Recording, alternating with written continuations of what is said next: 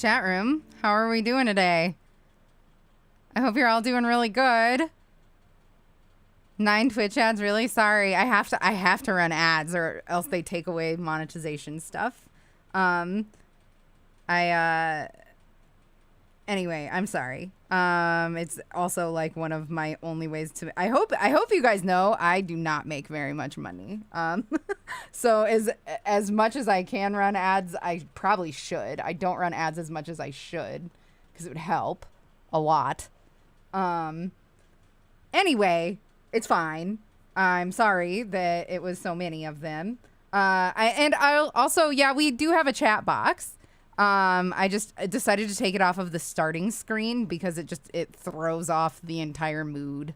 You know what I mean? Anyway, I'm here and we have a new content creator that has allowed us to view their content, and I am psyched about it. This dude is phenomenal. He is phenomenal at making videos. He makes very interesting videos, and I am going to request that you guys, I spoke to him about it, and he said that it was super fine to watch his content on stream. But I would appreciate, and I'm sure he would appreciate, if you guys would open the video yourselves as well, and have it playing on mute in the background. I would really love if you could do that, if you have the bandwidth for it.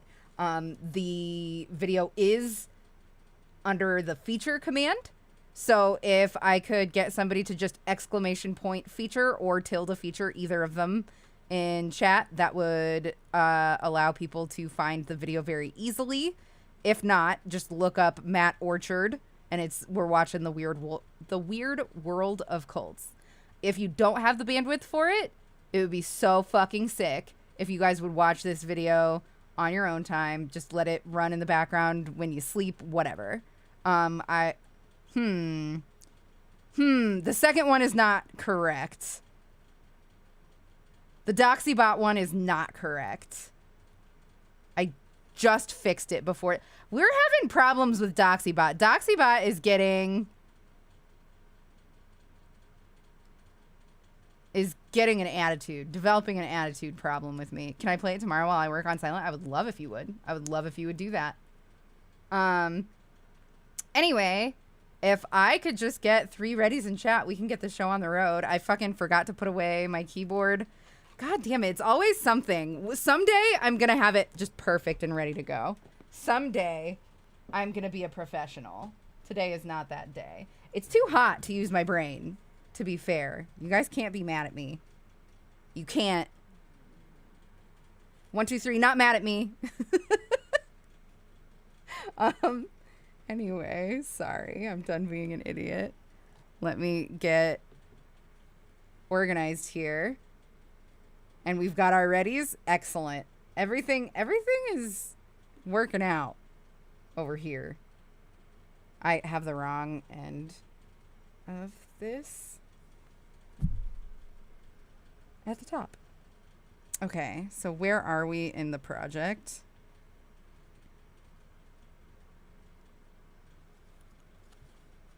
Where are we in the project, I said. Have we not?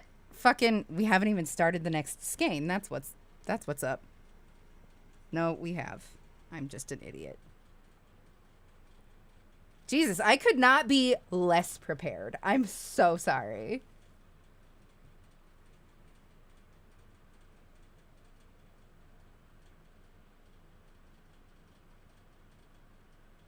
What has happened over here? Jeez Louise. Okay, we had a knot at the end of our work. Luckily, it pulled out very easily. I think we're good to go. I'm going to go ahead and start. And I know that this is kind of a shorty stream, and I apologize for that, but it's too hot to exist. Have you been feeling like your life could be better in some nondescript way? Well, then you should sign up for the Mockers Patreon. I fucking Benefits love this guy. include early access to feature videos, occasional bonuses, plus an opportunity to make easy cash. For every person you sign up to the Patreon, you'll receive $1 of their pledge, and 50 cents from the pledges of people they sign up. That means if you sign up, I missed a nice not and a that many hydrate, people so give me probably, 1 second then here. you'll make like millions of dollars, and all the people who were mean to you in high school will feel really stupid, so don't think, act now. Everything just stated about profit opportunities was purely satire. The Mockers Patreon works like any other and will not actually generate income of any kind. Enjoy the video.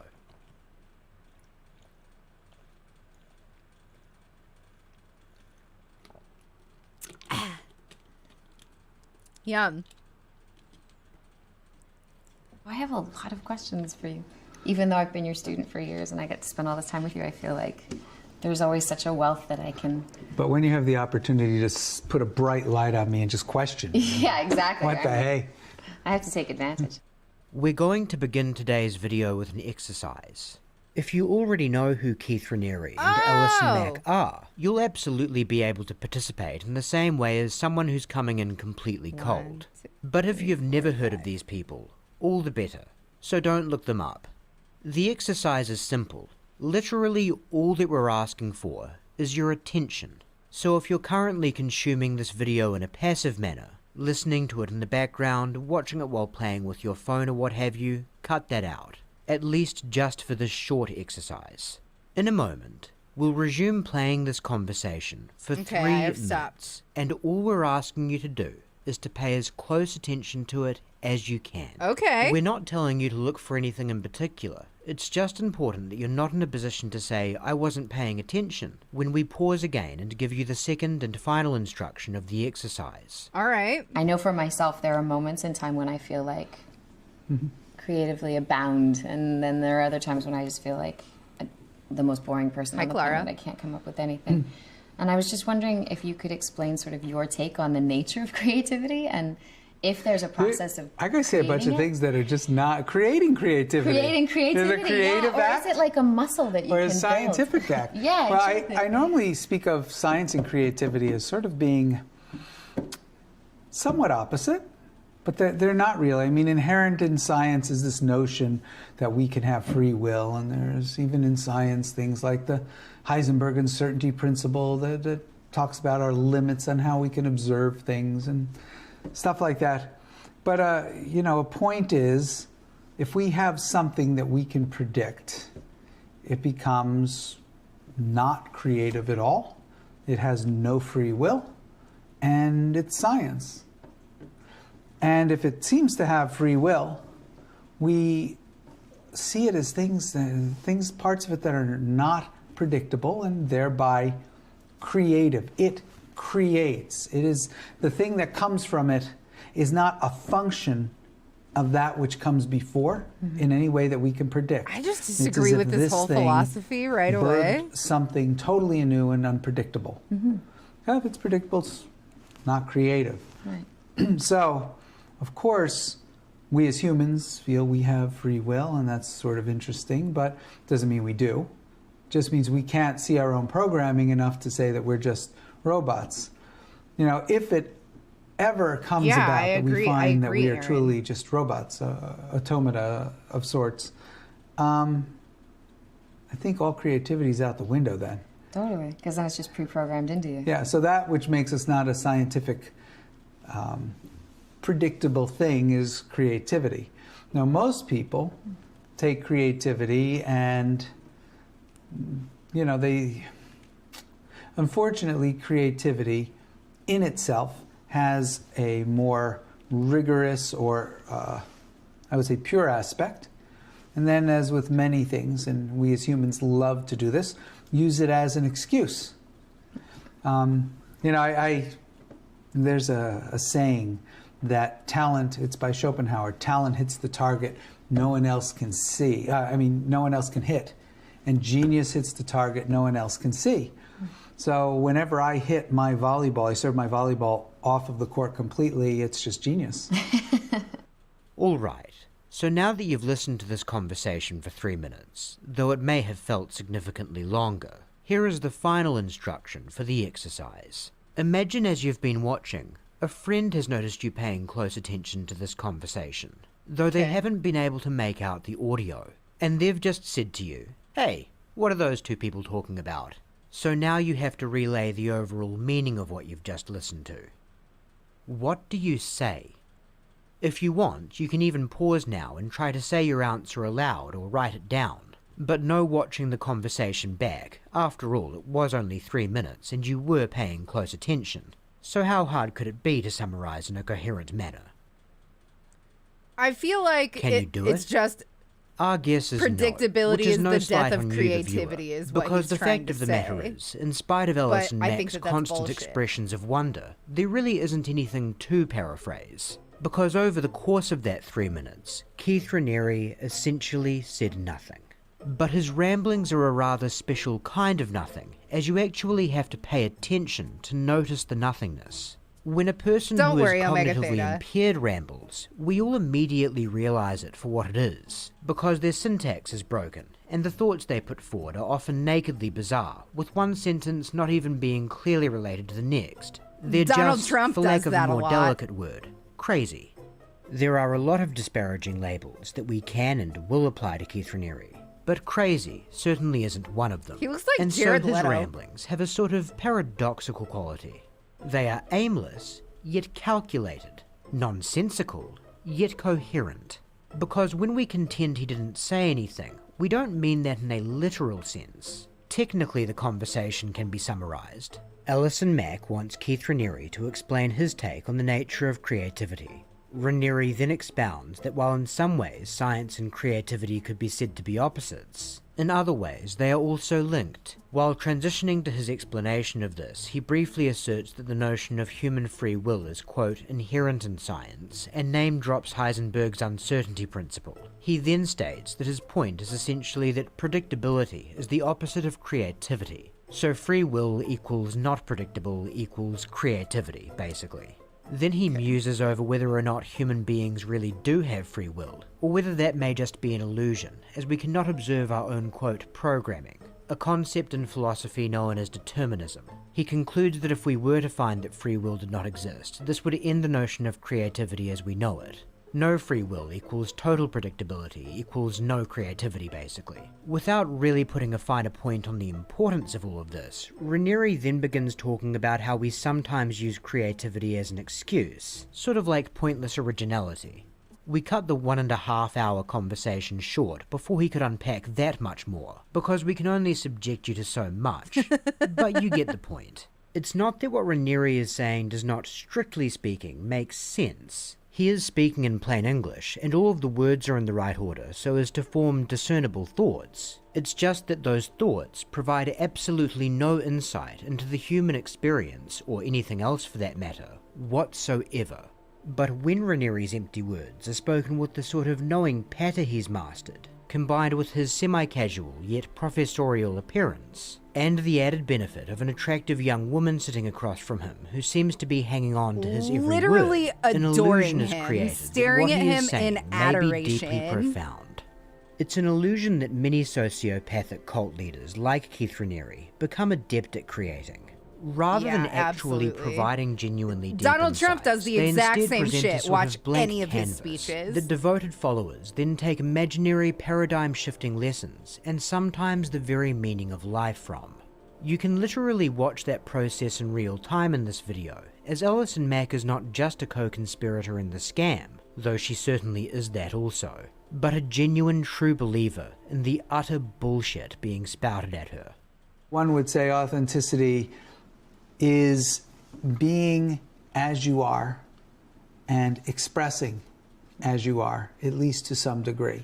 And as you are is, of course, the sum of your whole past.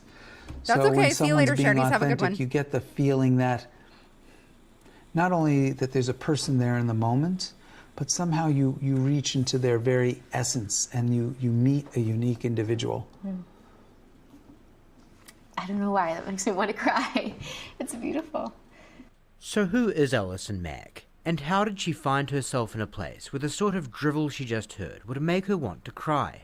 Well, her story is both sensational and mundane, and in order to better understand it, it's crucial to explain how people are drawn into cults in general. Before we get into that, we should quickly outline what a cult is. That's a question that's been subject to quite a lot of debate over the years, but for the purpose of this video, a cult is defined as A group, either religious or secular, that endeavours to recruit individuals, indoctrinate them into the group's worldview, even though you and I find him not charming at all, those people find him just as charming. While this this guy. definition may not be perfect, it should serve to capture the sorts of groups that come to most people's minds when they think of the word cult, as well as exclude groups that are sometimes controversially branded as cults, but can be plausibly argued to be relatively Donald Trump benign. just as much as Now, while Alison there is Mack no adores absolute this guy. cookie-cutter profile for the sort of person who is drawn into a cult, there is about as close to one as possible for the sort of person who is not. Imagine someone raised in a stable household who finds a fulfilling pursuit in life, leading to steady employment that allows them to support themselves, as well as the people they love, who love them in turn. The person you just pictured is very unlikely to wind up moving to a remote compound, handing over their life savings to a man who claims to channel the spirit of an ancient healer named Sansu, and going on to chant mantras in a made-up language for just about every waking hour of the day, until several years later when the compound is raided by federal authorities responding to multiple reports of sex abuse. At this point you might feel like we've just prescribed a cult avoidance strategy of just be perfect. But if you look closely at the profile we gave, there's no circumstance or attribute we assigned our hypothetical cultiverse individual that's all that remarkable. The upbringing we gave them was merely stable, the nature of their employment just steady, and they had love. There's enough in there for many to envy, unfortunately. Public but we're and not talking education pie in the programs, sky Omega Theta, life you nailed it, aspirations 1,000,000%. Now You're take note of absolutely some correct. desirable attributes that did not make it into the profile. And We whitewashing never mentioned history physical as well. attractiveness, fitness, or riches, fame, and It's even wild power to didn't read make about the cut, American history nor did intelligence without or higher the lens education. of like what The sorts of public people who schools are will recruited allow. into cults, often on a Hi, Zombie surface Broccoli. level Good to see and you. in actuality, have a lot going for them. But they also just about invariably have some kind of void to fill.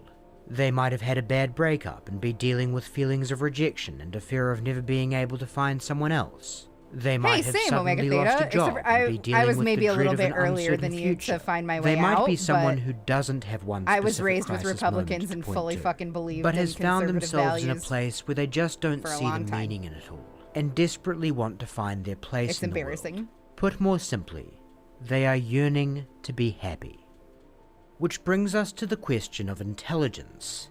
When you look at cult members in their final, fully indoctrinated form, it's easy to think of them as being stupid or extremely gullible, and this video contends that the vast majority of cult recruitees are in fact gullible. But unlike intelligence, gullibility is not necessarily an innate quality, and when an intelligent person finds themselves in a place where they're yearning to be happy, it is remarkable just how gullible they can be. Yeah, And so once a cult has absolutely. found their mark, the next Searching step for in the meaning indoctrination process is to provide a will make first you fix, want to believe a just about feeling of fucking release anything. or elation, but one that is fleeting. There is no magic pill for eternal happiness, but if there was, it would be of no use to a cult, as it wouldn't provide much of an incentive for people to come back or stick around. There are all kinds of methods for delivering a first fix, but one of the more vividly illustrative ones can be found in the Church of Scientology, an extremely controversial religion founded in 1954 by science fiction writer L. Ron Hubbard. I wondered, Mr. Hubbard, if you could explain simply to a layman what Scientology is. I think that'd be a relatively easy idea because it's actually a subject which is designed for the layman. And if you couldn't explain it to the layman, you would have a very difficult time of it. The subject name means skio, which means knowing how to know in the fullest sense of the word, ology, which is study of. So it is actually study of knowingness. That is what the word itself means. The subject, That's yeah. wild. That doesn't mean very much. I didn't understand that. Nuts. I mean, what does it do for you, in theory? It increases one's knowingness. But if a man were totally aware of what was going on around him, he would find it relatively simple to handle any outnesses in that. Even after 3 hours of talking, we never got an explanation from him that we could understand. And we won't waste any time trying to convey what Scientology is in a manner that can be understood. Thank you, because Mr. for this Orchard. video, it's beside the point when it comes to one of Benevolent their Mr. key Orchard. mechanisms of recruitment.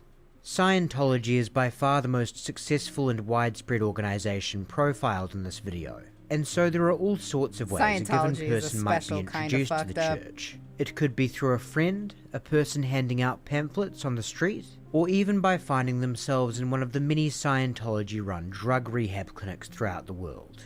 Like any successful cult, they're adept at putting themselves in close proximity to the vulnerable. Regardless of how you come into contact with the church, one of the first things you'll find yourself doing if you agree to give their way of life a try is sitting down for an auditing session.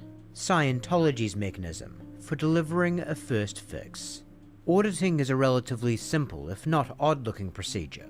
It almost always involves the use of a device called an e-meter, a machine hooked up to two cylindrical electrodes held by the subject being audited that Scientologists claim measures the quote mental mass and energy of the subject, assisting the auditor in monitoring their progress. The following scripted training video that explains the method and purported benefits of auditing, for whatever reason, omits the e-meter, which funnily enough is appropriate, as there's no scientific evidence the device actually does anything more than register changes in the electrical conductance of the skin, so its absence won't do anything to detract from the illustration of what people are supposed to get out of the exercise.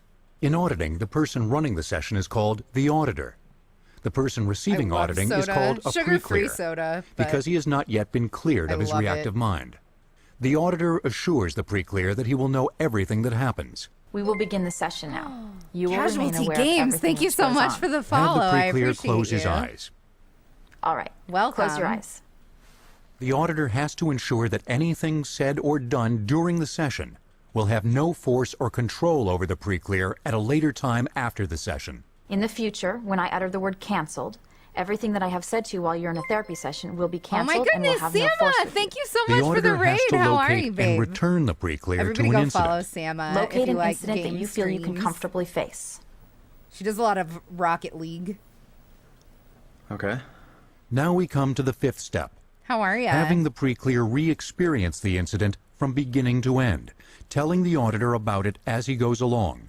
Go through the incident and say what is happening as you go along. I'm in a meeting, and I'm just feeling stressed out. The pre-clear has returned to the incident, going through it as it is happening, not simply remembering it. I just feel tired, like I need to go lie down. And so I excuse myself the dark from the bar meeting. is supposed Have to the be pre-clear go closed back to the captions, beginning but of it the only incident works again. for some Each people. time the It doesn't work pre-clear for goes through everybody, the and I incident, don't know its why. negative influence over him is reduced. Go back to the beginning and go over it. Pick up whatever additional data you can contact. The auditor is listening for new information coming out of the incident. As long as new data is coming out, the incident is reducing.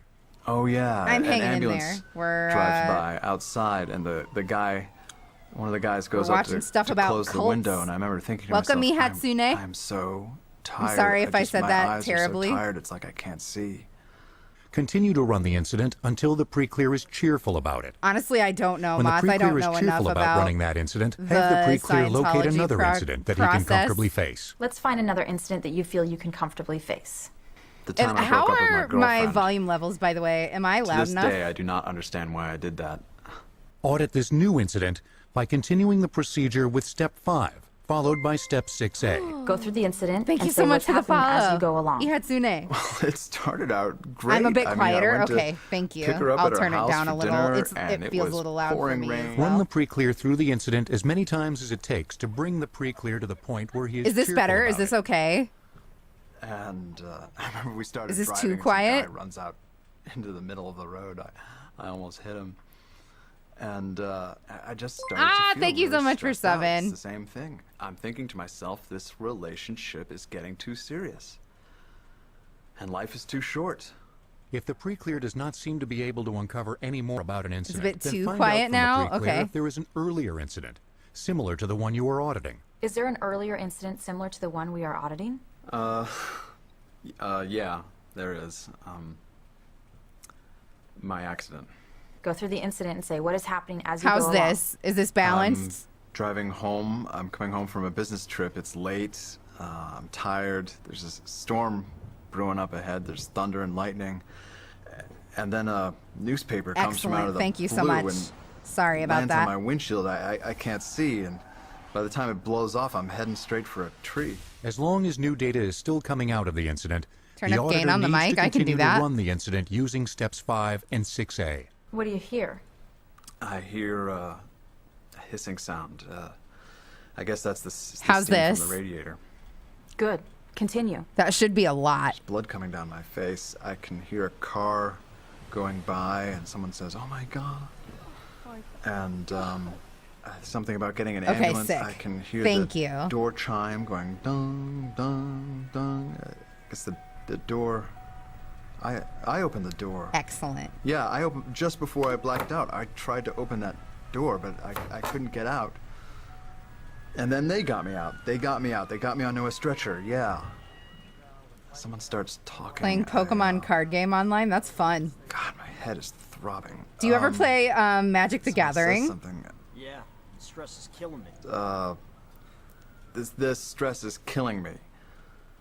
They're talking. One of them. I super recommend getting into Magic dropping his Arena. It's girlfriend. free. You know, life is short, you know? Life is short. That's what I said to my girlfriend. When I Yeah, broke fuck up yeah, with her. do it. But that wasn't me. I didn't want to break up with my girlfriend. And the stress is killing me. That's something that I always say, but that that was those two guys in the ambulance.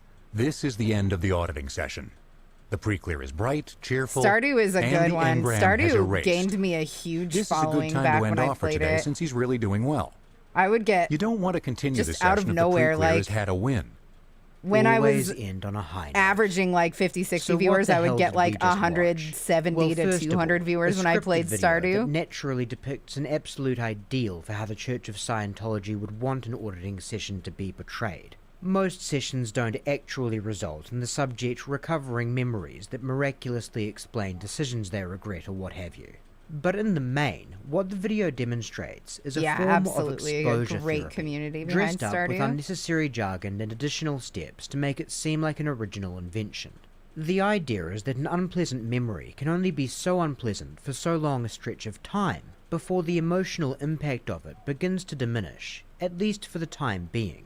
So in order to sit you down and have you recall an unpleasant incident, but always an unpleasant incident, That you feel you can comfortably face. not something so Ugh, unpleasant I'm it sorry, might Omega. actually make you a wreck. They don't want you running away. So you talk through this memory that's been bothering you once, then again recalling any details you might have left out, then again, and again, and again, and again, until you basically don't have the emotional energy to even care I about am also it here for the anymore. yarn and the creepy. Put like that, it sounds rather mundane, which it is. But from your perspective in the moment, something that's been bothering you has all of a sudden 20-hour been day, rendered no totally fun. insignificant.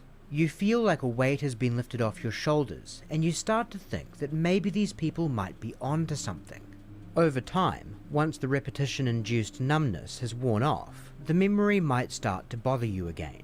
But that's just a sign you're not truly clear yet, and need more auditing.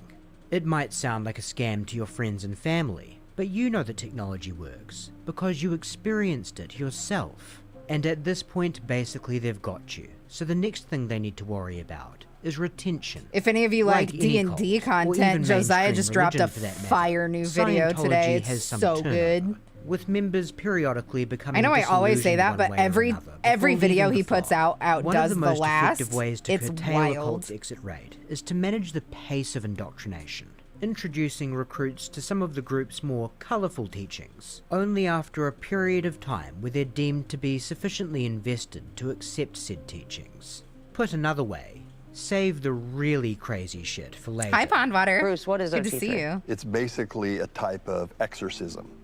You are removing from your body or attached to you in some way spiritual beings that are stuck there. And they're stuck there because of an incident that happened 75 million years ago. There was a place that looked like Earth, and these people were packaged up by this crazy galactic leader, Xenu, boxed them up in boxes, threw them into space planes, and they took these people, and they dumped them, and then they set off hydrogen bombs on the top of each primary volcano. And that those people that were blown up are now what composes and makes up our bodies, right?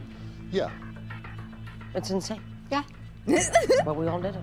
I love Leah Remini for having the former courage Scientologist to come out. to cite the revelations of OT Level 3 and the intergalactic warlord Xenu as a turning point in the way they viewed Scientology overall. So it makes sense the church keeps such things close to their He was chest. a science fiction writer. That should be your fucking first red flag, church right? members even reach OT Level 3, and those that do make it are taught that premature exposure to the information can cause some to be inflicted with illnesses. Okay, see you later, Sam. Have a good night. Thanks for hanging out.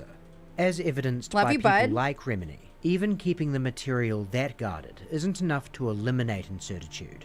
But that's only half the point behind why cults often withhold their most extreme tenets from the attention of members until much later down the line after they sign up.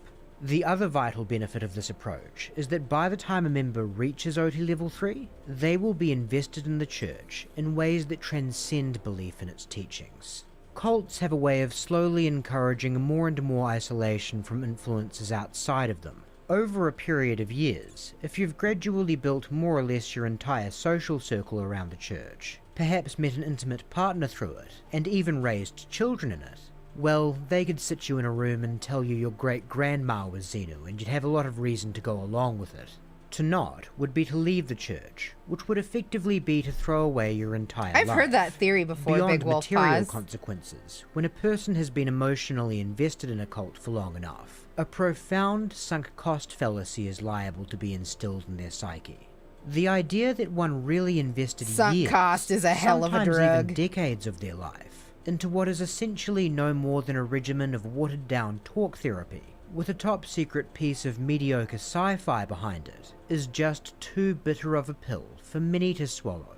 And once someone is far enough down the rabbit hole of a cult, they can reach a point of no turning back where the follow-through on their bizarre beliefs is both confounding and grave. Hello? Yes, I need to report an anonymous tip. Who do I talk to? Okay. This is regarding what? This is regarding a mass suicide, and I can give you the address. On March 26th of 1997, a shockwave went through international media upon the discovery of 39 bodies in a mansion in Rancho Santa Fe, California. The deceased were all found to Craving have downed the a lethal fuck out of cocktail spaghetti of right now? phenobarbital and vodka, along It's with a serving fasting of day, chocolate though. pudding. A few chose applesauce instead. Working in teams over the course of 3 days, one group would take the poisonous solution, fasten a plastic Heaven's bag Gate over is their head in order to terrifying. suffocate, and lie down on their assigned bunk bed. Their associates would then see to it that a purple cloth was draped over their face and torso for privacy. The final 2 of the 39 being denied that dignity for obvious reasons. The event was reported in the media as being a mass suicide, a characterization accepted by roughly 99.999% of people, but to the adherents of the teachings of Heaven's Gate is just one more misrepresentation of what they have you ever come to know watched as the reality. public access It is the belief of those show people that from while the leader human of Heaven's bodies Gate? found It's in that mansion may have died, wild. this was just a necessary step to facilitate the transportation of the spirits held within to a spaceship trailing the comet Hale-Bopp that had that year become visible to the naked eye from planet Earth, an event they took as a sign that it was finally time for their departure to what they referred to as the evolutionary Ron Applewhite, level I think above that human sounds in right. the I literal can't heavens. remember. The voluntary killing of their physical bodies was therefore no more a suicide than the booking of a plane ticket. What figure could be so well-spoken and charismatic to convince dozens of people of such a proposition? This guy. We can't enter that kingdom and no one can enter that kingdom by trying to live a good life in this world, and then when this world's life takes your body, then that's when you enter. The only time that kingdom can be entered is when there's a member of that kingdom, Hello, member Pastel or members Goblin. How of that are kingdom you? who have come into Good to see the you. human kingdom, incarnated as we have, and offer you clarification of that information, and then help you get your mind into your body, so that when the time comes to leave, then we help you also. This guy like chemically castrated himself and so shit. That you might enter a body of the next evolutionary kingdom. He was His sex name repulsed? is Marshall Applewhite, though his followers know him as Marshall, Doe, yeah, and that's maintain right. he has visited planet Earth on several occasions prior to the 20th century as a representative of the evolutionary level above human, through vessels you may know as Jesus, Elijah, Moses, Enoch, and Adam. Though on this visit, he was not sent to serve alone. You might wonder why this chair is as prominent as it is in the picture beside me, and this chair represents my partner. So this is T's chair, and this is I hope that T occupies this chair many times, that I might not be even though I might not be able to see T, but still I'm uncomfortable if I am the center of attention without a reminder to me and to my students that my partner is with me, beside me, and since T is in the next level and no longer occupying a human vehicle, then sometimes when I ask T questions, I may not get an immediate answer, and I might get an answer a little later. Guy is I may terrifying. Get an answer days later or months later, depending upon I the can't question. believe Sometimes that some I may of these not get an people answer at all if get the folks to listen answer to them. was inappropriate. The T that Applewhite refers to is a woman named Bonnie Nettles. She co-founded Heaven's Gate with Applewhite in the 70s, though it wasn't called Heaven's Gate at the time, and there were some rather notable differences to their prophecies of a coming ascension to the next level as well. When they were actively touring the nation recruiting people into their group, there was no talk of an eventual need to kill your physical body in order to make the trip.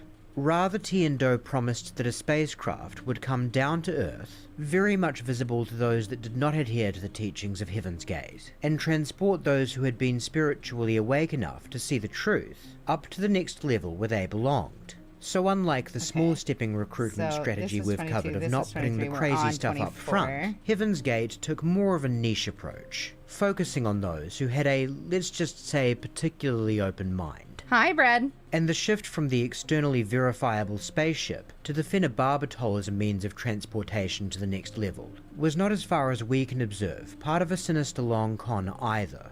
From their words and actions over the years, it appears that T and Do were indeed true believers. But their theology ran into a problem when Bonnie Nettles fell victim to cancer, dying of the disease in 1985. One of their leaders' bodies dying in such a typical human manner put a bit of a dampener on the notion of a physical spacecraft taking the whole group together. But the meat of T and Do's teachings were still on point as far as Heaven's Gate were concerned. T had simply fulfilled all purpose that she could have on Earth and was recalled to the next level. No longer needing her physical vehicle, it was essentially discarded via the cancer.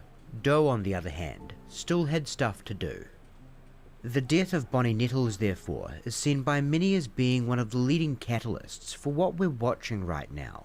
With the approach of Hale Bob, the Heaven's Gate away team had been given the sign that their physical bodies too must perish as part of their key to unlocking Heaven's Gate. Suicide is separating from the kingdom of God when the kingdom of God has reached out and offered life insane. to you. That is suicide.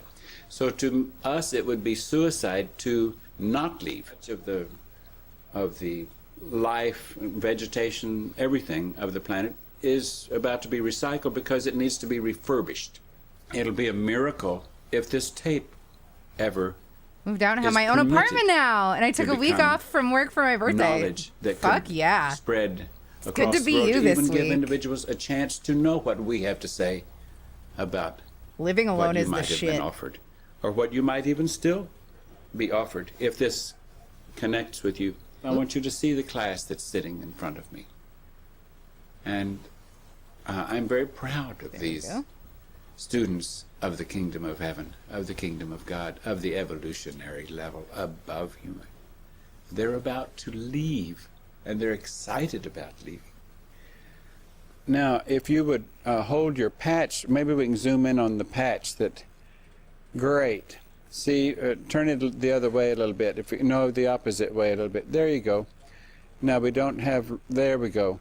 See, it says Heaven's Gate awaiting. And that's exactly what that means to us. Ugh. We've been away and now we're going back. They still answer emails, by the way, to this day. If you would. Okay. Thanks, Jim Odie. Now let's go to Dave Odie. Hi, Dave Odie. Look at the camera. You look great. Okay. Now let's go to Al Odie. In case you were wondering, the members of Heaven's Gate do not just all coincidentally have uncommon names ending in Odie. All were assigned new names beginning with 2 to 3 letters that were unique to each member, and ending with ODY. Sociologists cite this as a mechanism of brainwashing, cementing a member's psychological isolation from the rest of society by taking their given name and replacing it with a uniform identity that conforms with the cult. Making the cult a part of your identity. For a child of the next level.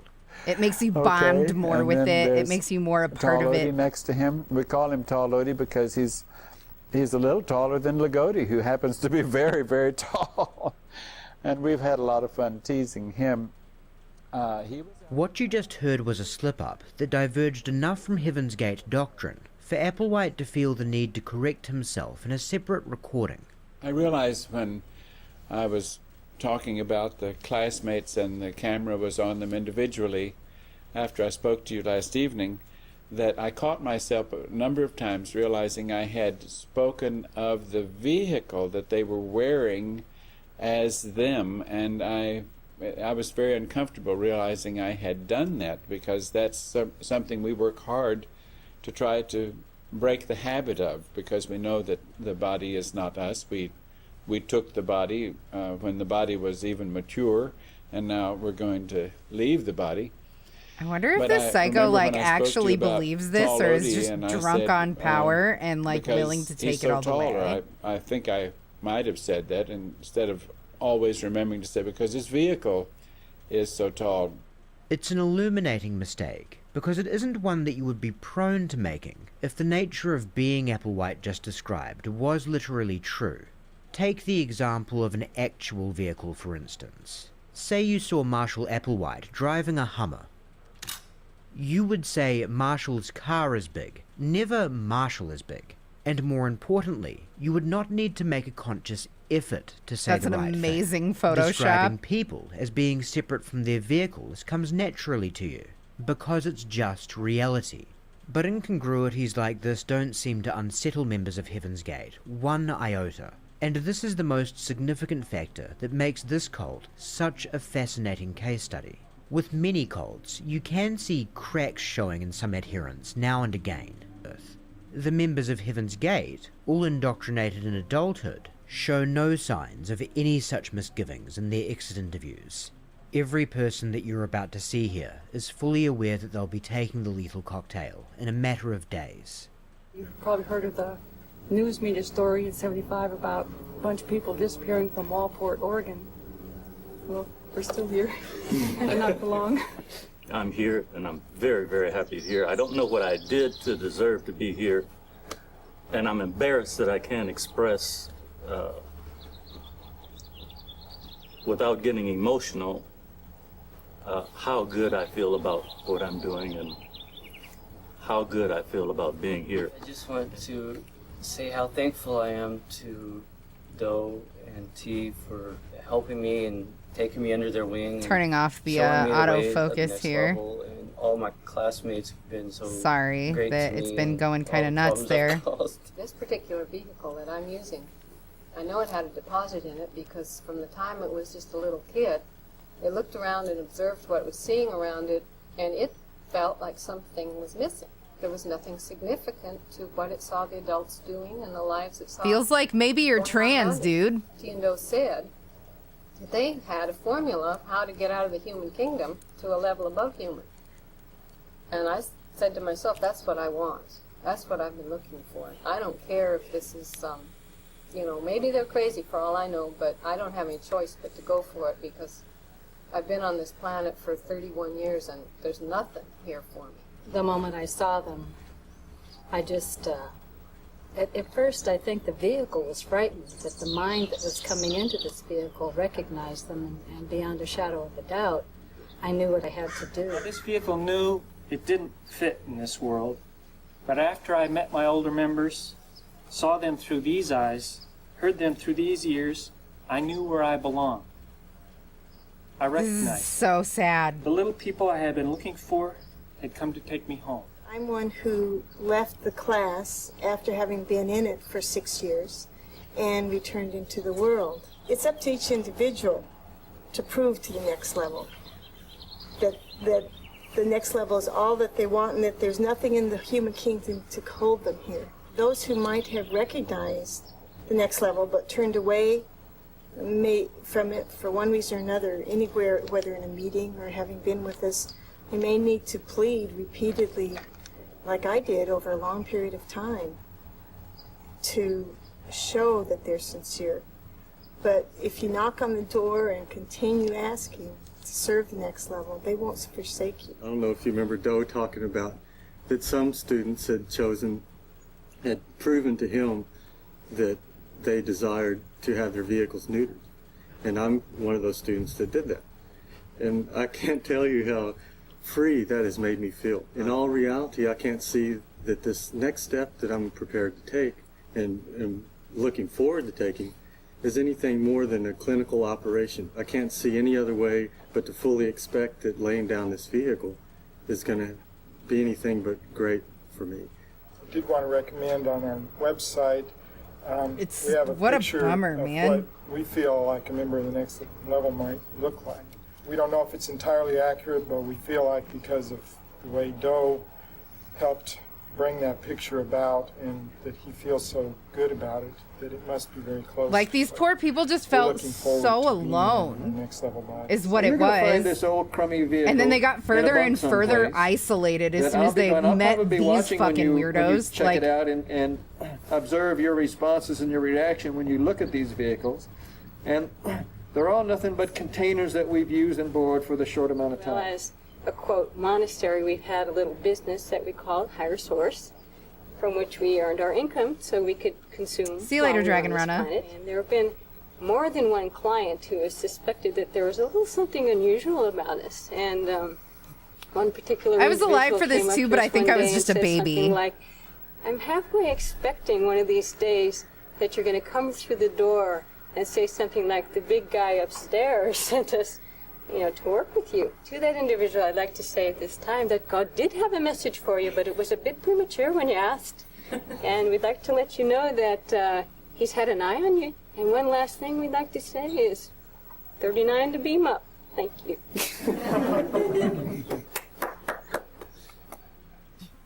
As you watch the serene demeanour of the Heaven's Gate members, all speaking without a hint of discernible fear that they could be wrong and might really just die in a day or two, there's one simple question that may keep coming to the forefront of your mind. How? How could anyone, let alone dozens of people, be exposed to a theology as nakedly goofy as that of Heaven's Gate, and not just believe it, but find themselves in a place of such profound conviction that they're willing to do a thing like this? Before we take our best shot at partially explaining that, we have to acknowledge it's a genuinely tricky task. When you look at the available footage of Applewhite and Nettle's recruitment meetings, they don't even present as particularly charismatic, though the weird alien-like manner they present, coupled with the insatiable fascination some have with UFOs, could create some fertile ground for a buy-in. Not all Heaven's Gate members did have a pre-existing obsession with aliens and the like. Furthermore, multiple members have reported converting instantaneously. Rather than being gradually persuaded, they experienced a sort of Did I say goodnight to Dragon Rana? Good night, Dragon Rana. If I didn't, I'm sorry, my head's starting to kind of hurt. I had decided to join after that meeting, right? And so I went around to people that were my friends. I told them that I felt like I sat in front of the equivalent of Jesus. It was like I had this program in my mind, that this was going to happen. And that's what actually T and Doe explained to us later. It ended up being that 34 individuals out of that meeting of approximately 200 or so, I ended up joining with T and Doe because of that meeting. It's like a light switch going off, but there wasn't any sound or anything with it, or, I didn't see any flashes in the, in the sky or visions or anything. It was just, I felt like my life, I did feel like my life flashed in front of my eyes as being, leading me to this moment, to where I had that choice, and that I had no question about that this was the right thing for me to do.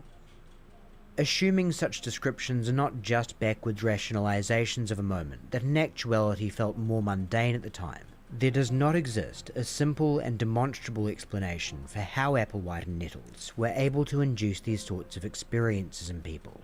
Please don't take that as this video's way of saying maybe there really was a spaceship. It's just that while we are endeavouring to bring as much clarity to the sorts of psychological mechanisms that underlie cults as we can, it has to be acknowledged that in some ways people are just very strange, and not everything about precisely what drives certain experiences and beliefs is known. So what exactly made people sign up, even though Heaven's Gate were bold enough to put their Xenu story up front, remains somewhat of a mystery. In terms of what solidified their commitment to the cause, that we can shed some light on. Vulnerable, lonely people. On their website, Heaven's Gate presents behavioural guidelines for students of their classroom. It reads like a quintessential brainwashing regimen. They have a succinct list of what they deem to be major offences: knowingly disobeying instructions, allowing any prolonged actions or thoughts of, quote, sensuality. Heaven's Gate is a strictly asexual cult. Mating is not part of how the next level operates, so engaging in anything like sex is a serious impediment to graduation. And at the very top of the list is deceit of any kind, specifically name-checking a failure to confess for even as long as one day, the commission of another offence, either major or lesser. Among Heaven's Gate's lesser offences, trusting your own judgment, responding defensively to classmates or teachers, having likes or dislikes, desiring attention or approval, exercising poor control of thoughts running through your head, vibrating femininity or masculinity in any way, and having inappropriate curiosity. In short, Applewhite and Nettles constructed an environment in which individuality and critical thinking were systematically stomped out. At any hour of any day, if you so much as dare to daydream, you must report the offence as soon as possible, lest you commit the greatest offence of deceit. It is about as extreme an example of thought control as you'll ever find. And if the people overseeing such a program are teaching you that your spirit is going to be transported willingly, to a spaceship, knowingly you're going to be very likely to believe that with every fibre of your being after enough time sticking to the program. Yes, the certainty of the away team and their exit interviews looks crazy, but when you take into account just how thoroughly they've been conditioned to not allow contradicting thoughts in, perhaps it would be crazy for their level of conviction to be anything less than 100%. And this is a crucial point when it comes to understanding cults in the main. The outwardly bizarre stuff like intergalactic theologies is often what grabs our attention, but it's the mechanisms of thought control that we often don't see that are truly at the heart of what makes the behavior and choices of cult members that seem so baffling come to later us after they are normal hooked to on them. the attention. Even teachings of a higher power or but I don't know. These guys said that you're not supposed supposed to desire attention, and if you have any thoughts even about that, of the thoughts and you have to actions of confess and get well, punished. The biggest limitation that women have is that they're women. Yes. And the biggest limitation that men have is that they're men. Don't think we forgot about these two. It was mentioned at the beginning of this video that not all people who are captured by cults are facing what pretty much anyone would characterize as a period of crisis and seem to have a lot going for them. Alison Mack is a prime example of this.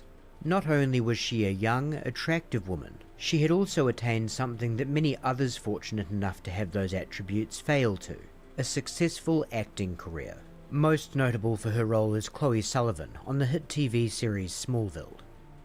But success and fulfillment are very distinct from one another.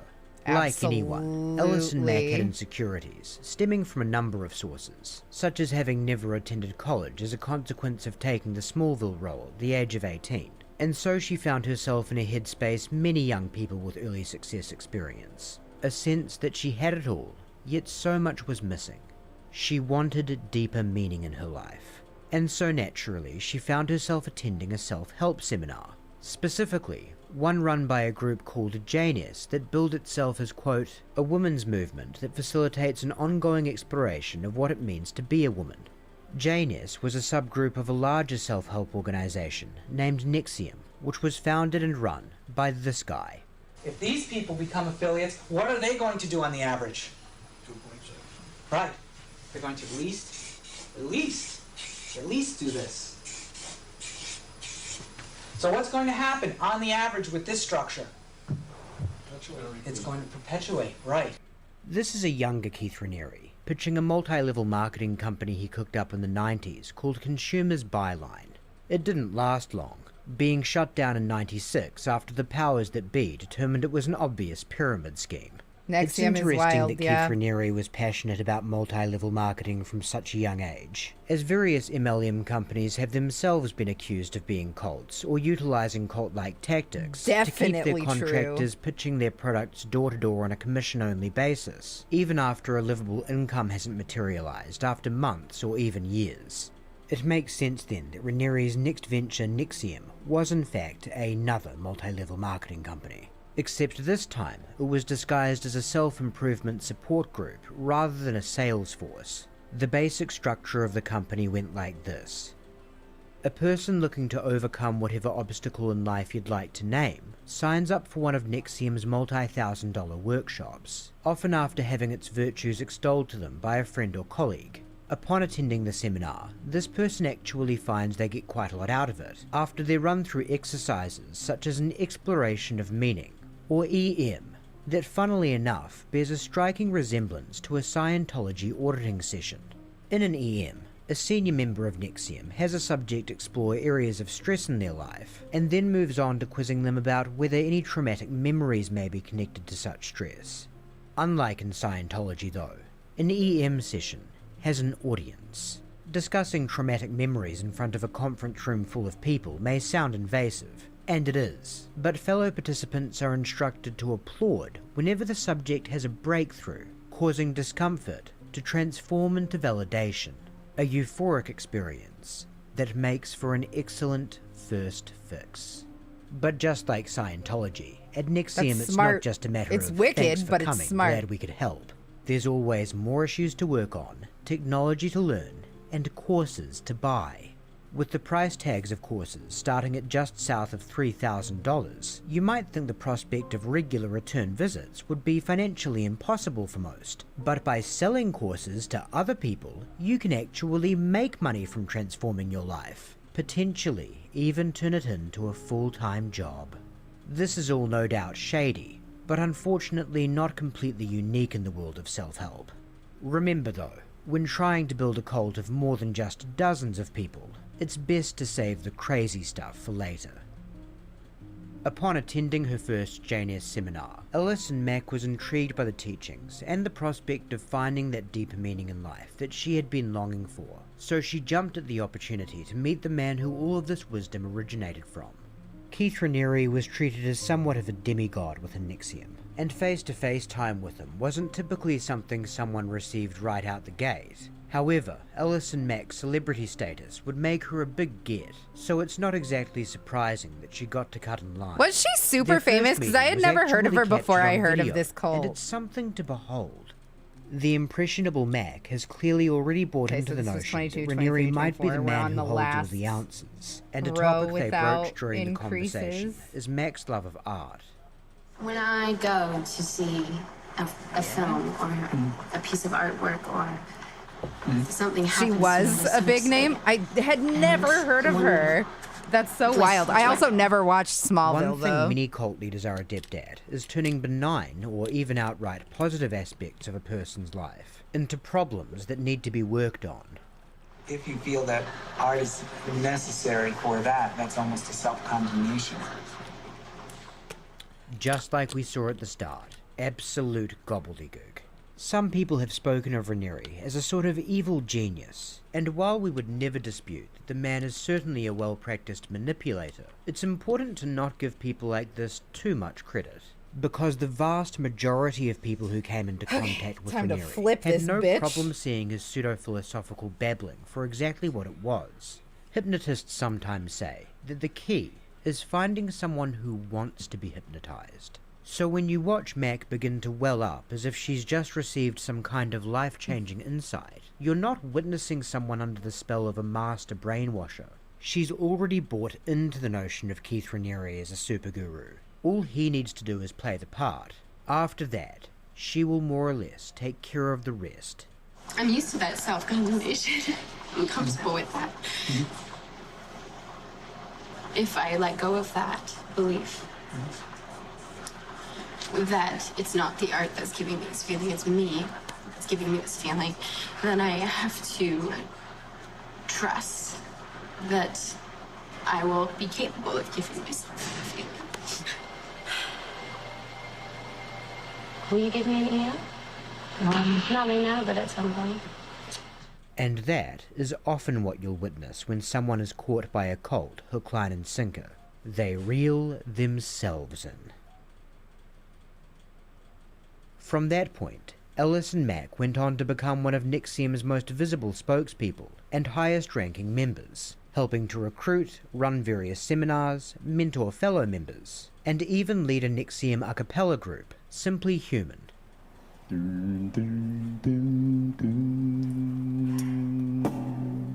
I ever leave you, baby,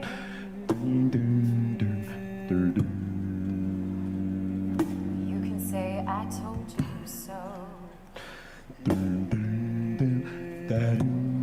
Because hey, why the hell not? And really at this point from what we've covered, if you've never stumbled upon the NXIVM story before, why the hell not could be your overriding takeaway. Yes, self-improvement groups like NXIVM are pretentious at best, and predatory at worst when considering the amount of money they bleed people out of, with their promises of self-actualization and the like. But they're also nothing new, and ultimately not all that hard to walk away from. There's a decent chance that you or someone you know has been caught up in one of them. A regrettable experience, maybe, but hardly traumatizing. A lot of people have tried to recruit me into even if not as MLMs. life-changing as what was promised. But of course, if NXIVM was that benign, they wouldn't be in this video. So let's move the timeline forward just a touch. Alison Mack sentenced to 3 years behind bars and a $20,000 fine for her role in the NXIVM sex cult. Its leader, Keith Raniere, was sentenced to 120 years in prison in October for his role that included sex trafficking women. The group, founded in Albany, New York by Raniere, was marketed as a self-help organization. But former members say Mack helped recruit women to a secret sub-society within NXIVM called DOS, or The Vow. The women had to give over collateral, like compromising photos and videos, in order to join. Members were then organized in levels as masters and slaves. Some women in DOS say they were branded with Raniere and Mack's initials, and other former members say they were also coerced into having sexual relations with Raniere. NXIVM victim Jessica Joan flew from the West Coast to Brooklyn to deliver an angrily worded impact statement in which she labeled Alison Mack a monster cut from the same cloth as Keith Raniere, and she said there aren't enough years in the rest of her life to make up for the harm, pain, and suffering she caused. Alison Mack, she asserted, is an evil sociopath. That's the thing, though, Omega Theta. A lot of these people wouldn't have to. You might feel like we skipped a big chunk. I feel like a lot of them, they convince themselves that that's how they have to, like, of earn sex it. slaves being branded with The thing about cult leaders is that they are charismatic. Sort of didn't. They're good Because it's at one getting of what those they things want. that doesn't necessarily make a whole lot more sense the more it's explained. Conditioning is like that. It's hard to understand without actually experiencing each step of the slow burn yourself. Going to the self-help seminar and getting that first fix. Meeting people you feel a connection with, look up to and trust. Having one of those people tell you about this exclusive inner circle group that will really take your self-improvement journey to the next level. Being convinced to hand over damaging information for admittance because it's the only way to really make the program real. Beginning to realize just how deep you're really into this thing when that person starts insisting you text them for permission to eat before every meal as part of a 900 calorie a day diet plan. Raniere liked his women thin. Feeling like you can no longer bail out for fear your collateral will be released, or worse, convincing yourself that this really was a good idea to begin with, if for no other reason than to cope. And finally, recruiting slaves of your own, graduating from victim to perpetrator.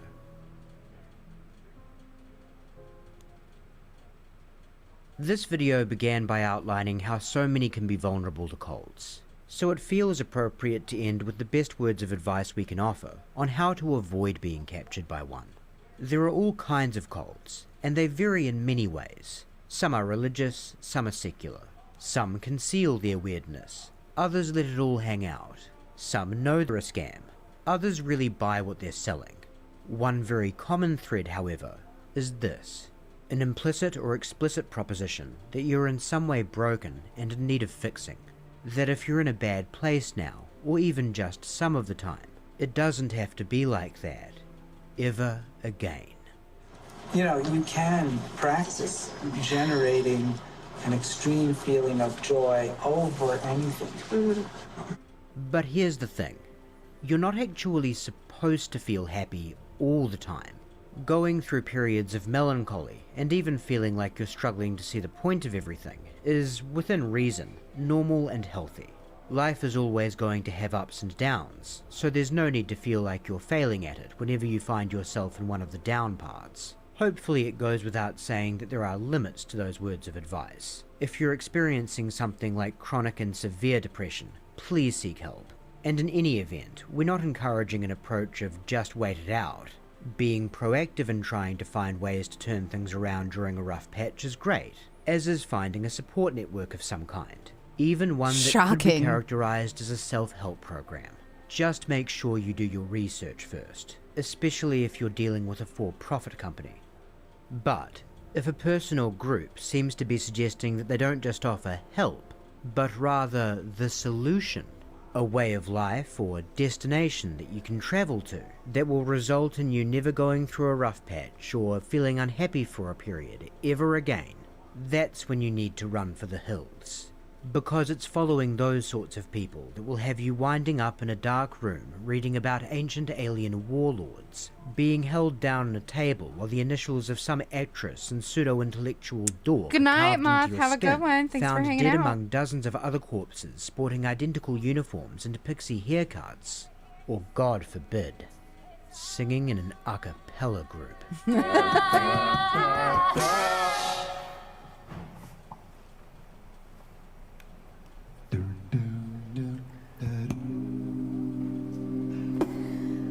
I'm only flesh and blood.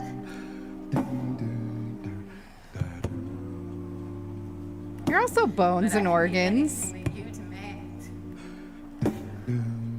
Don't sell yourself short, Alison Mack. I could be queen of everything.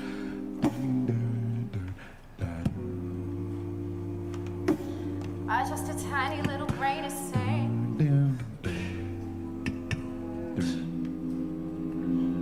Is that any way for a woman to carry? Wild. Okay. We have a little bit of time left here. I feel like if you guys wanted to, we could do a little text-to-speech stuff.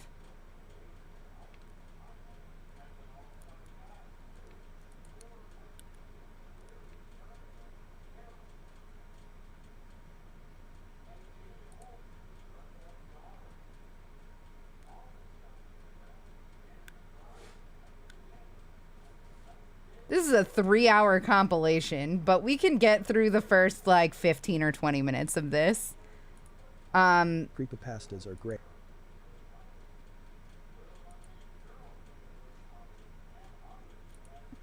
Oh, fuck me. God dang it. Sorry.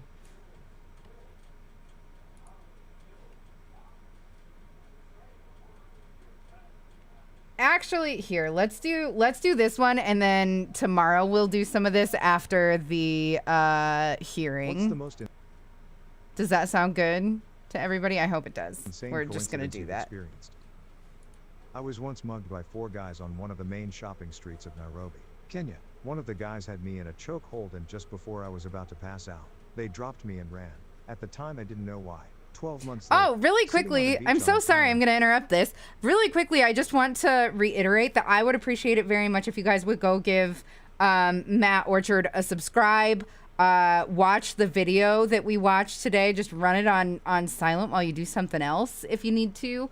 And just take a look at his Patreon if you don't mind. I would really appreciate that, because it's because of him that we get to have cool content, right? It's because of him and people like him that give us permission to do this, that we get to hang out and have creepy crochet.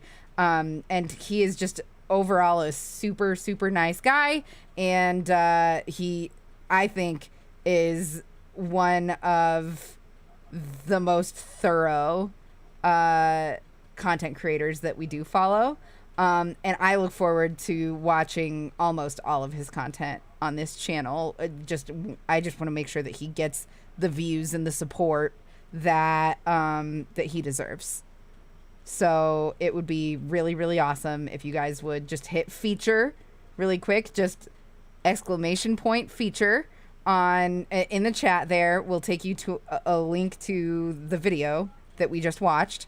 And from there, you can find his channel, and all of his relevant links will be easy to find from there.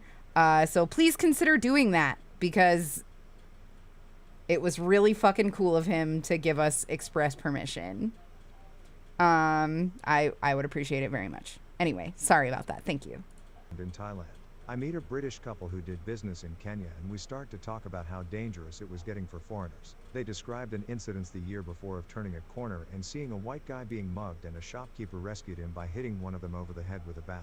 They were in the same street, on the same day, at the exact same time I was there. It was me who they witnessed being mugged.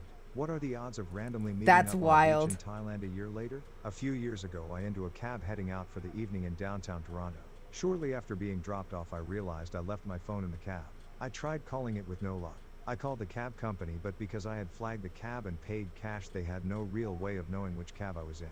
I figured the phone was as good as gone and went about my night. Many hours later, and having moved around the city quite a bit, I am ready to call it a night, so flag another cab. Sitting in the back seat, I start to think the driver looks familiar and realize that I'm in the same cab I took earlier. He hasn't found a phone, but I start looking anyways, and sure enough, there it is. Amazing. Me and my flip phone were happily reunited, only for me to put it in a washing machine 2 days later. Oh, An American no. friend of mine by the name of Tom took his family on vacation. I really to like Antarctica. this He met an text-to-speech Australian guy named voice. Paul on Christmas Day in Antarctica. They didn't exchange contact info. A year later, Christmas Day, they take their vacation to Machu Picchu. He is looking down at a map when he hears, "Hey Tom, how the hell are you?" It was Paul, taking his family on their annual trip as well. Never could explain this payphone incident. Saturday night out with friends. We decide to call my friend Al to see if he wants to join us. This Video's was a in bit England quiet? long Okay, before sure. Mobile phones. So we had to use one of the iconic red phone booths. Someone was already using it, so we had to wait a few minutes. Guy leaves and we cram in the booth. Now, in those days, in order to make a call, you would first get a dial tone, then call the number. When the person answered, you would hear a bunch of beeps, at which point you insert the coins. So I pick up the phone but hear no dial tone. I hang the phone up and try again. Still no dial tone. Seems to be still connected to the previous call. I say hello to see if anyone is still on the line. Person answers hello. It was my friend Al. He had just picked up his phone to make a call, and somehow, miraculously, without even dialing his number, we were connected. We all went to the pub after and tried to figure out how the hell this happened, but it remains a mystery. If I did not have my friends with me at the time as witnesses, I would have believed it was my mind playing tricks on me. In 2004, I was 18. And I don't on know a how much I 3-week tour believe of that Europe. one. I was at THR Louvre and had just experienced the clusterfuck that was the Mona Lisa exhibit. After looking at it for 2 minutes, I started to wander around aimlessly. As I was walking, an older couple asked if I knew how to get to the Mona Lisa exhibit. I told them yes, and because I'm horrible with directions, I'd be happy to walk them there myself. They were really nice and very appreciative that I was taking time to help them. They asked me where I was from. US in Nashville, but I mentioned my parents were immigrants from Italy. They told me they were from Portugal on anniversary. We talked a bit more, told them my name, and they were really excited about since I shared the same name as their grandchild. Anyways, we get to the exhibit and I go to part ways and shake their hands, but get pulled in for 2 massive hugs and a kiss on the cheek. They give me their address and say anytime I'm in Portugal to stop by and I'll have a place to stay and eat. We take a group photo and leave. 7 years later, I'm in Munich for Oktoberfest. I'm standing outside my hotel waiting for my friends when an older couple ask if I know how to get to the fairgrounds. Again, I'm shit with directions, so since I'm headed there I tell them they can just follow me and my friends. Again we start talking about where we are all from. Now, I have a memory like an elephant, and once they mention they're from Portugal I start to think maybe these are the same people. I ask them if they have grandkids and they say they have 6. I ask if one of their names is History Offerman. They look at each other sort of surprised and say yes. They ask how do I know that, and tell them that I had met them 7 years prior in Paris at the Louvre. The old lady gets really happy and starts crying and starts to hug me. They say they remembered me now and asked why I never came to visit, that they had our picture in a frame on their wall and always wondered what happened to the nice American boy. We spent the next 3 hours drinking beers and catching up. Luckily we got there early so we were able to get an empty table, and they bought all the beers the entire time. This time they demanded I give them my email so we could keep in contact. I even added their son on Facebook. 2 years later I go and visit for the summer, and sure enough there on the wall amongst the rest of their family pictures is 18 years old me standing between them. I'll tell you all something. I'm a bit of an introvert and can be awkward when meeting new people simply because I like to get a feel for who they are and where their boundaries are. But never in my life, other than with my own This is a cute story. And maybe not even then, have I ever felt more at home and that I belonged than the 3 weeks I spent with them. We still talk weekly. It's like having a second family. In high school, my friend set me up with her boyfriend. Time to frog a lot. Jack and I were walking around an amusement park and started talking about recent family spring break vacations. Turns out, both Jack and I had been in Las Vegas during the same week. We stayed at the same hotel. The conversation changed subjects when Jack stopped in the middle of the sidewalk and said, "I saw you in Las Vegas." I thought he was full of crap. There's no way he would remember some random girl among the thousands of people there. Imaginary Monsters, thank you so much for the raid. We're getting ready to wind down here, but we're listening to some haunted text-to-speech. There were Jack and his brother in the background. When I was in grade 2, our family moved from Manitoba Thank to you so Arizona much for the host and raid. I appreciate it so much. We rented out the house fully furnished for the year. While How in are Arizona, ya? We flew to Alberta one weekend. On the flight from Arizona to Alberta, I sat beside a boy my age. I'm and we about to started frog talking. a bunch It of went something like stitches this, because me, I fucked "What city up. are you from?" Him, Winnipeg. Me too. Me, what school do you go to? Him, school name. Me, cool, I used to go there too. Me, what street do you live on? Him, street name. Me, I lived on that street. It turns out, his family was renting our house while we were gone, so I was sitting beside the boy who was sleeping in my bed.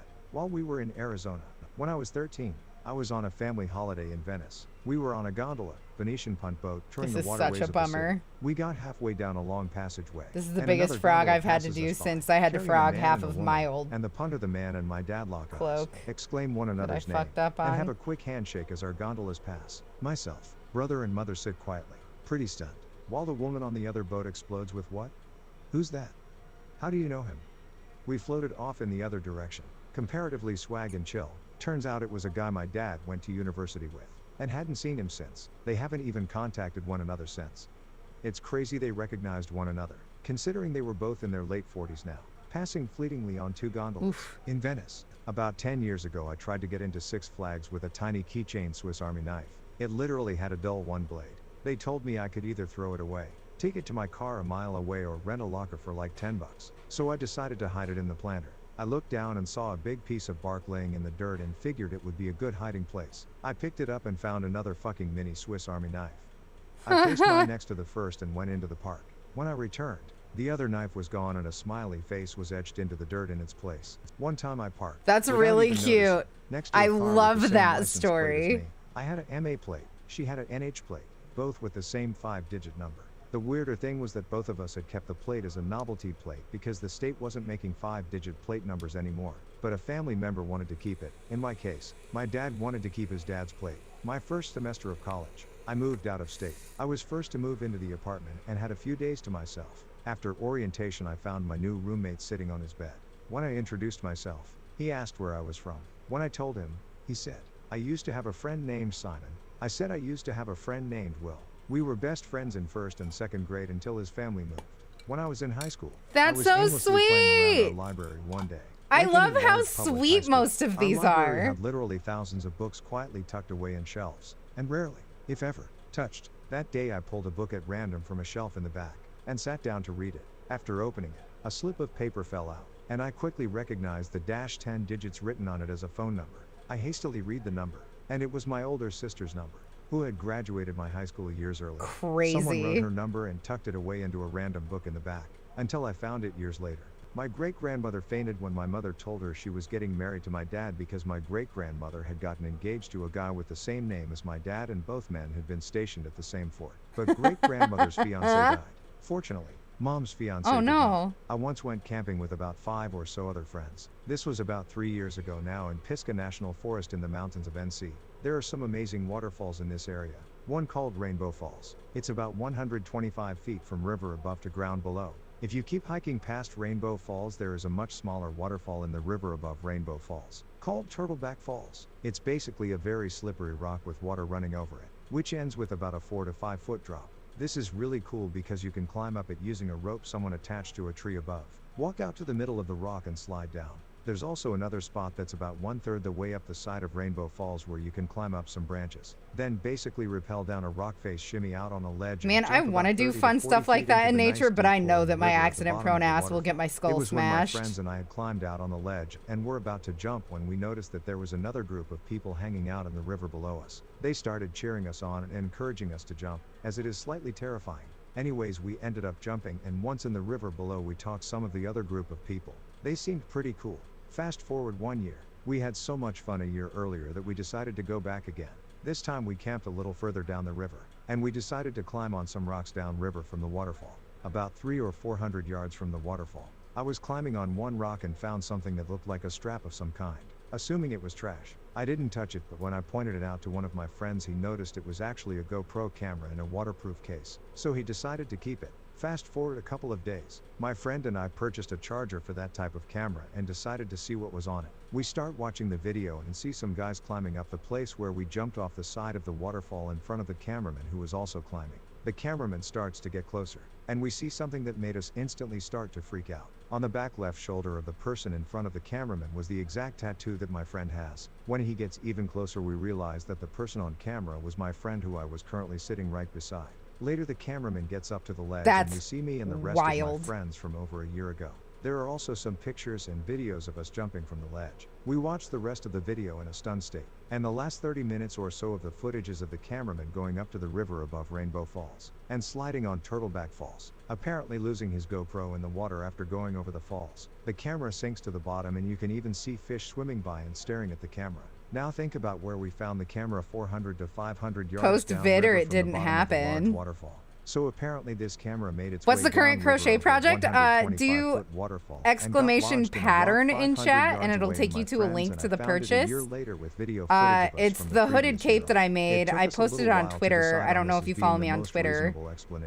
I'm making another one for Josiah's mom. By myself. I was sitting in Notre Dame Cathedral, listening to music, when a girl I dated in high school sat down near me, totally at random. We were both speechless when we saw one another there, out of the blue, in a foreign country within a vast cathedral. I cannot decide which is weirder. One, did a summer Shakespeare thing for teenagers. Next summer, one of the asked directors puts together a trip to London for a group of us. We go to London, and while visiting the Globe Theatre, we run into another kid who was in the same Shakespeare thing we all were, except he was in London for separate reasons. 2, go out to dinner to celebrate my wife's birthday. Sat next to a couple. We start talking. The wife is also celebrating her birthday and it's on the same day. Ha ha. Crazy. We hit it off and exchange information to hang out again. 2 months later, I invite them to my birthday party, and turns out the husband has the same birthday as me. That's crazy. Who moved to Amsterdam some years ago. And my first year there, on a random Saturday, I decided to head out for a drink. Sat down next to a cute German guy who was in town for the first time from 6 hours away. Helping a friend move kind of thing.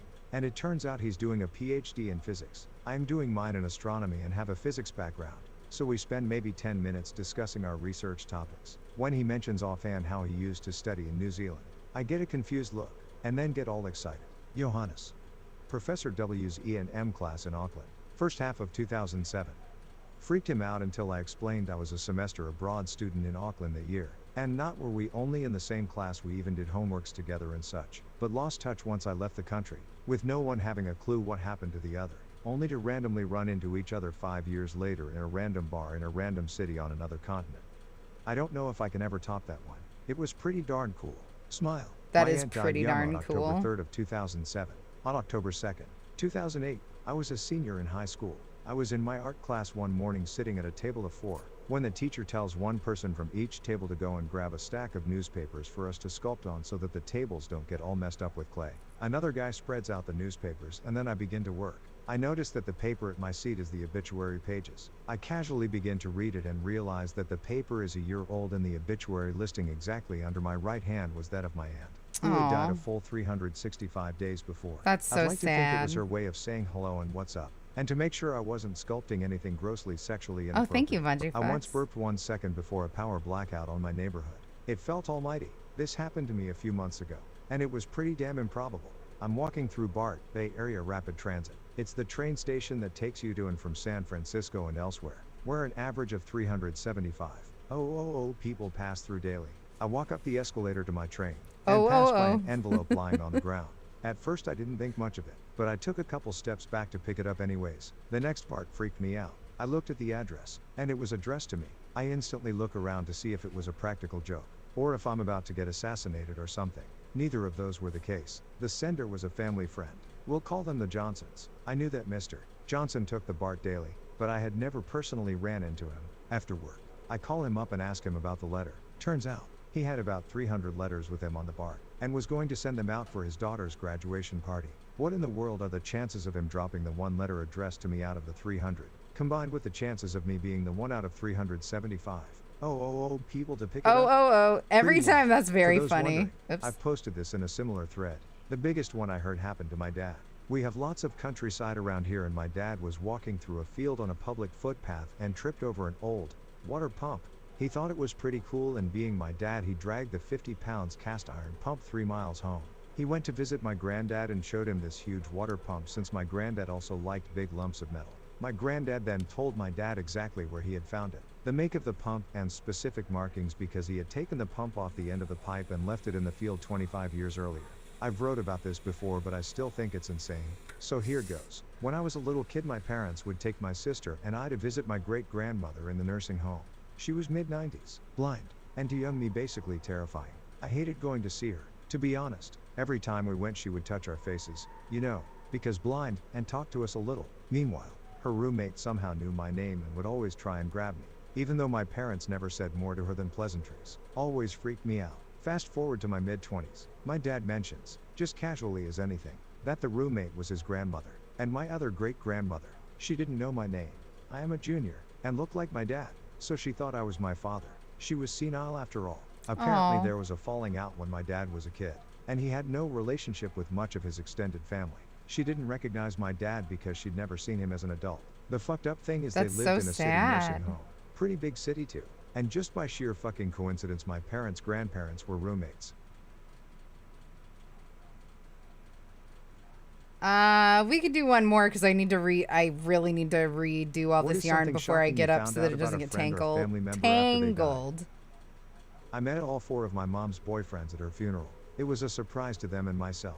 My grandpa had a secret family Oh, that he shit. kept up with our whole lives and never said a word about. There were graduation pictures, Christmas cards, the whole deal. Completely blew our minds. Kinda late but. My great uncle shot himself in the head with a hunting rifle right before his kids walked in the door from school. His suicide letter said he wanted them to find him so they could know how much they ruined his life. Oof. They were very young at the time he died and no one knew about the letter until our great aunt died many years later. It was a whole new layer of hurt for the kids to find the letter. My great aunt That's and uncle horrible. never had kids so they treated me and my siblings like their grandkids. My aunt died 10 years ago this year. So I was looking up her grave site so I can visit and saw a suggested link to a page about the grave of her child. I was very confused because I always just assumed they didn't want kids. Turns out they had a son who only lived to be a few months old. Made me sad to think that they did want kids and either couldn't or wouldn't after their son died. My dad That gave is up a a huge 100% bummer. fellowship for a math PhD in order to work to provide for an unanticipated pregnancy. Me. He really wanted to teach and he was a natural. In the 60 years I knew him, he never mentioned the PhD or fellowship opportunity. Not once. I found out going through his papers after his death. Created a throwaway for this. When I was 16, my mother and I were living in poverty. The lease Hi, on our Darkle home was Sweden. How are coming you? up and wasn't going to be renewed. The new landlords wanted to make some desperately needed repairs on the house, as it had never once passed a single inspection from the day we moved in. We had nowhere else to go.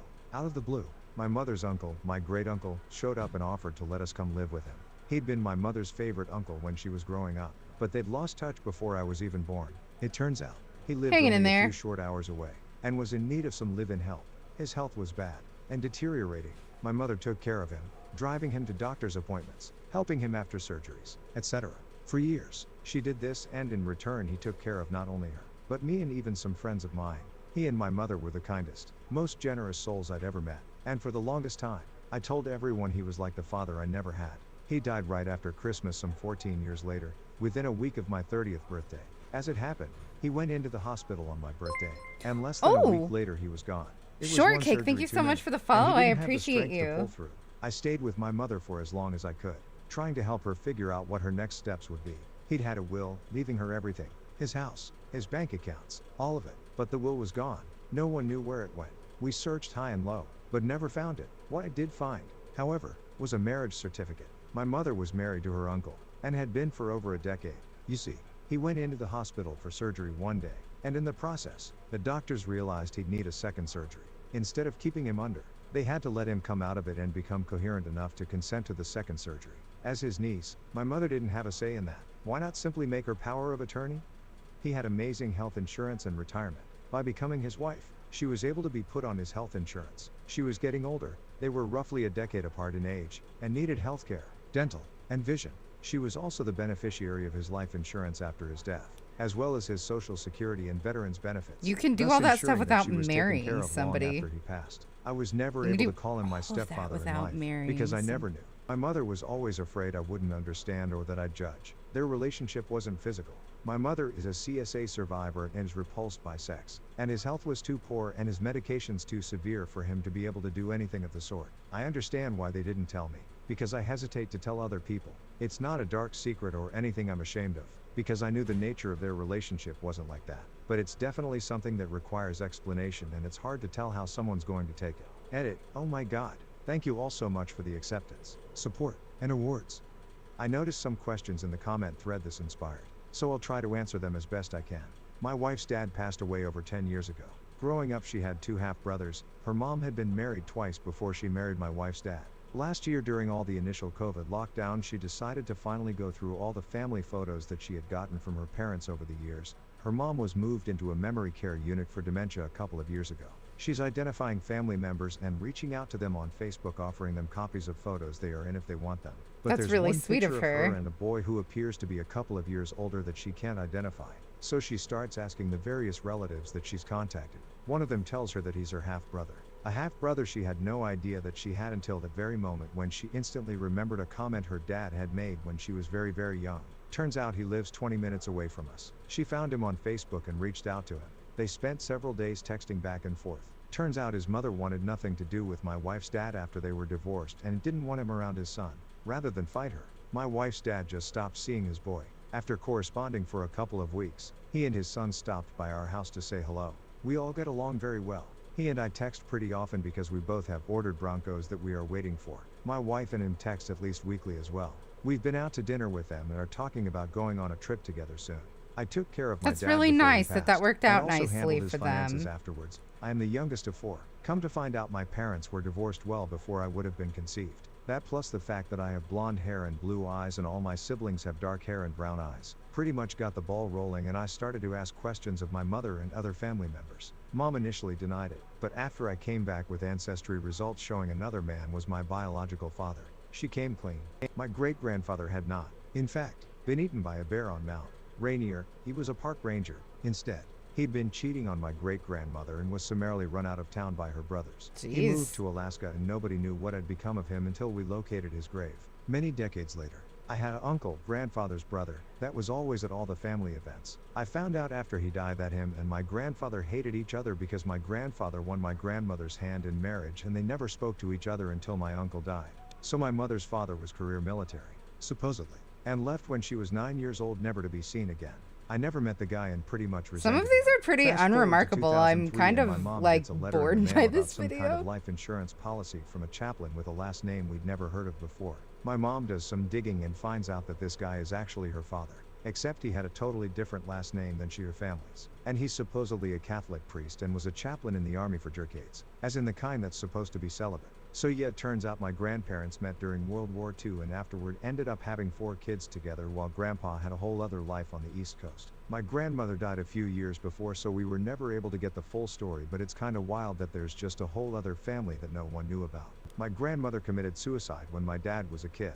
I found out when I saw her death certificate years after when I was in high school. Granny had always been famous for her fantastic iced tea recipe. No one made it like her. But it was likely a family secret, probably handed down through the generations, never to be revealed. We kids were always dying to know what was in it. After she died, many decades later, we finally found out 1 can of frozen iced tea mixed with 1 can of frozen lemonade. Add water and lemon slices. My mom didn't want me after I was born. She tried to give me away to my aunt, the only person she trusted with me. My grandfather told me that. The night after her funeral that morning, my aunt confirmed a few days later. Found out my uncle was murdered but stayed alive long enough to tell his wife who the murderer was. It was her brother. I was pretty young when he died, so my mother never told me the truth until I asked recently. This isn't shocking. More cute. My granddad was a farmer his whole life. Every animal loved him. We'd go to a new place and dogs would be coming straight to him. Horses would cuddle with him. He just had a charm with them. When cleaning out his closet and digging in his pockets to make sure nothing of value was thrown in the wash, we found grains, bits of dried meats, dog treats, bits of old carrot. For the horses, that's really man's been cute. bribing animals with food all this his life. My grandparents were not biologically my grandparents. My dad and his sister were both adopted as babies. Only found out when. After the funeral, one funeral. They died on the same day. I was bitching about my aunt and her behavior at said funeral. And I said something along the lines of, I just don't understand how the two of you are even related. And Dad came back with, well, actually. And the whole thing came out. He has no knowledge of his bio family and no interest in finding out. So I can't say it's changed much, but it was definitely a shock. Not me, but my uncle found out he had a different dad than his siblings when he was taking a DNA ancestry test. His mother had had an affair. Both parents were dead when he found out. He's a huge prick, so I thought it was funny how it hit him. He mistreated my mother for not being one of their full siblings from the same parents, and turns out he isn't either. Lol. My great-grandpa on my dad's side lived to be 101. He was the pinnacle of health for his entire life. Ate a very good diet. When people find out via ancestry that and had all his mental functions, their family wasn't really their family, but it's also like a conduit for discussions about what family is and what matters. After a broken hip from a fall when he tripped on some steps. After he was gone, my family went to clear out the house and get everything in order. My dad opened a drawer to find a hidden stash full of chocolate bars and wrappers. The dude was so proud of his health that he felt the need to hide a sweet treat from his own family. I found out my boyfriend cheated on me after he died. The only reason I found out is because the girl was bragging on Facebook about how she was the last person who got to taste his junk. I called her a liar and she posted pics for proof. Shucked me for sure. Found out that my wife's grandfather was a high-level KKK member. Found an old storage locker in his garage filled with his robe and hood and tons of memorabilia. Edit. A friend of mine's father cut ties with his mother and his siblings. That whole side of the family over 2 decades ago. Never told anyone why. With a good sense of humor. Turns out they live really nearby, and his brother actually works in the same department, in the same workplace, in direct contact with him, but he never admitted to this. My friend only found out because he saw a list of employees while doing his own unrelated job. That's nuts. His 2 sons, an attorney and an Army Ranger, both he still won't talk to any of them. Wow. My grandpa passed at 94 shortly after a fall down a flight of stairs. He was a pretty active guy, but one misstep put him in the hospital for 2 weeks before his body finally let go. When we were cleaning out his home, we found a massive dildo in his linen closet. My brother and I were mortified, but my dad, his son, said, "Hey, everyone has sex and likes to mix it up a bit." A lot of these are truly upsetting, but I have a cool, shocking story. I knew my grandfather was in the armed forces in the early 60s, but I didn't know that one time Martin Luther King visited. No fucking clue why he visited an army base in the middle of the civil rights movement, but whatever. And my grandfather was the only white guy on the Alabama base that greeted him and shook his hand, and who wasn't a general or something that had to. When I heard this story, I was like, no fucking way, but there's a photograph. Grandpa shaking hands with MLK. That's amazing. Cool. Wish he or someone had told me that when he was still alive, that my grandpa left all of his donated book credit in my name at our local indie bookstore. I came back from college when he passed away and visited the store to pick up some textbooks I had ordered through for the next semester. The gal who owns the store told me when I went to pay for them. I don't cry in front of people much, but when I tell you I had a full-on ugly cry meltdown in that store. I was dyslexic as a kid, and my grandpa most likely had some learning disabilities growing up as well. Dyslexia wasn't recognized at that time, but that didn't stop him from always encouraging me to read. He would read along with me as a kid, and then when I got older he read books I was assigned in school, and whatever trendy and novels I was interested in at the time so we could talk about them. We always went to the bookstore to buy them. When his health was failing, he couldn't really read anymore, so he did his last donation and asked if he could pass his store credit on to me. He had a lot of books to donate. When I say a lot, I mean he read a Western a day after he retired and had been donating to the store for 20 plus years. Add on him donating all of the favorite books he had kept over the years, and you basically get a discount for life. I go in whenever I visit family now, and the owner joked that I'll never truly be able to use all the credit he had saved up. My wife's uncle was a field agent for the CIA. They would fly he and his wife to Italy, where they would swap out their IDs, issue them their cover IDs, and then fly them out to pose as Italian tourists. Okay, guys, we're gonna call it here. Thank you all for hanging out. I'm gonna do a little bit of shilling real fast, if you don't mind. First and foremost, I want to say thank you so much to my Patreon supporters, my patrons. That would be Theo, J. Rodimus, Dragon Rana, Big Wolf Paws, Quinn Kenobi, Laura Cody, and Katie Bailey. I appreciate you very, very much. Thank you. I hope that you are willing to make the transition with me over to Ko-fi here in like a week. I would love it if y'all would follow me on Twitter if you don't already. It's twitter.com/ZER0DOXY. And we also have a Discord that we're trying to liven up a little bit. It's discord.gg/fartslide. So please, by all means, drop in. Oh, I love your face, Vamps. Good to see you. How are you? Okay, everybody. I will be back tomorrow. We're going to watch the final January 6th hearing, and we can do the paranormal thingy too. There's another thing that I just recently stumbled upon. You guys can't see it. I have it up on screen right now. I think I found a legit haunting on TikTok. I think it's real. And I'll explain why when we cover it, but we might not cover it until next week because I need to spend every moment I can working on this cape, and we can't really do TikTok content when I'm crocheting. But we're going to go over that. So look forward to that. Yeah, it is a haunting. The dude's account is privated, but he allowed me to follow him. I'm just going to reach out and make sure that we can cover it. And once that is the case, then I will go over everything, essentially. But it seems like he does not want to interact with people, but he does want to share his story. So I am very much looking forward to covering that. So make sure that you stay tuned for that ishness. All right, everybody, I am going to find somebody to raid really quick. I would love if you would hang tight. And if you could just say the name of your first pet in chat, just to get nice and active in chat so that we have a big fat raid to pass on. That would be amazing. Other than that, nothing left to do but say goodbye. I love y'all. See you tomorrow. Talassi, thank you so much for the follow. I appreciate you. Okay, bye guys.